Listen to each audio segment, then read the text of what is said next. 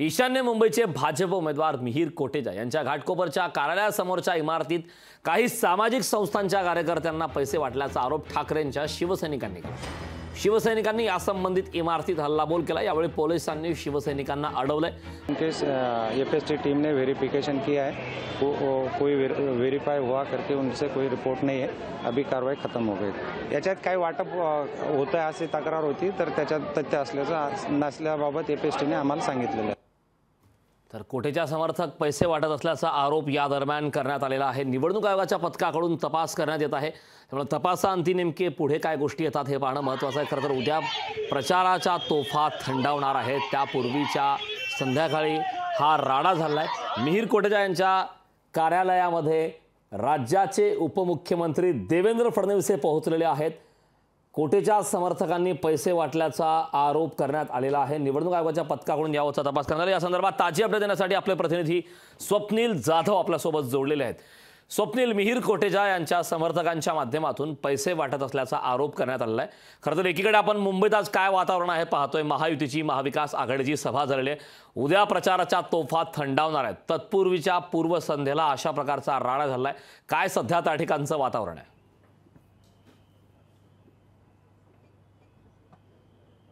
कारण एकदा आपण पाहतोय इकडे पुणे आणि रायगड नंतर आता इथे मुलुंडमध्ये सुद्धा पैसे वाटप करण्याचा प्रकार हा उघडकीस आणलेला आहे। ठाकरे गटाने जे त्या ठिकाणचे उमेदवार आहेत भाजपचे मिहिर कोटेचा यांच्या कार्यालयासमोरच जी इमारत आहे त्या इमारतीमध्ये पैसे वाटप होण्याचा असा एक आरोप झाला होता। आणि यानंतर खरं तर त्या ठिकाणी ठाकरे गटाचे कार्यकर्ते पोहोचले। एक पैशांची बॅग सुद्धा जप्त करण्यात आली होती, कारण त्या तिकडे दोन्ही गटांमध्ये बाचाबाची झाली आणि याच वेळेला पोलीस सुद्धा दाखल झाले आणि निवडणूक आयोगाचे सुद्धा अधिकारी त्या ठिकाणी दाखल झाले। निवडणूक आयोगाच्या अधिकाऱ्यांनी कारवाई सुद्धा केलेली आहे, पोलिसांनी सुद्धा कारवाई केलेली आहे। त्या इमारतीमध्ये आणखी काही पैसे असतील अशा प्रमाणे आरोप सुद्धा करण्यात आलाय। मात्र या ठिकाणी दोन्ही गटामध्ये धक्काबुक्की झाली होती आणि दोन्ही गटामध्ये शिवीगाळ सुद्धा झाली। यानंतर पोलिसांनी सुद्धा हस्तक्षेप केलेला आहे। या ठिकाणी वातावरण तणावाचं झालेलं आहे। त्यामुळे एकूणच या ठिकाणी आता आपण पाहतोय नक्की इमारतीमध्ये अधिक पैसे आहेत का? जर पैसे असतील तर ठाकरे गटाच्या मी तुला काही क्षणासाठी थांबवतोय। आपल्यासोबत भाजपचे मुख्य प्रवक्ते अजित चव्हाणजी जोडलेले आहेत।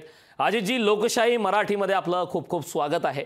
मिहिर कोटेचा यांच्या समर्थकांच्या माध्यमातून पैसे वाटप केल्याचा आरोप करण्यात आलेला आहे। देवेंद्र फडणवीस सध्या त्यांच्या कार्यालयात दाखल झालेत। यावरती आपली काय पहिली प्रतिक्रिया? प्रतिक्रिया अशी आहे की विरोधकांच्या पायाखालची वाळू सरकली। मुळात भारतीय जनता पक्षाच्या कार्यकर्त्यांना कुठेही पैसे वाटप करण्याची गरज नाही। माननीय नरेंद्र मोदीजींच्या नेतृत्वाखाली ज्या पद्धतीनं जनतेचा प्रतिसाद या निवडणुकांमध्ये भारतीय जनता पक्षाला मिळतोय ते पाहता विरोधकांच्या पायाखालची वाळू घसरली आहे। मला असं वाटतं अशा पद्धतीनं राडे करायचे, अशा पद्धतीनं कुठेतरी काहीतरी आपण चर्चेत येऊ याकरता होणारे हे प्रकार आहेत। निवडणूक आयोगाच्या हस्तक्षेपानंतर या ठिकाणी मला असं वाटतं दूध का दूध पाणी का पाणी होईल। ठाकरे गटाच्या लोकांनी अशा पद्धतीनं चीप पब्लिसिटीचे स्टंट करू नये। नक्कीच अजितजी, खूप खूप धन्यवाद। आपण लोकशाही मराठीशी संवाद साधलात त्याबद्दल। लोकशाही मराठी ऐका, पहा, जागरूक रहा।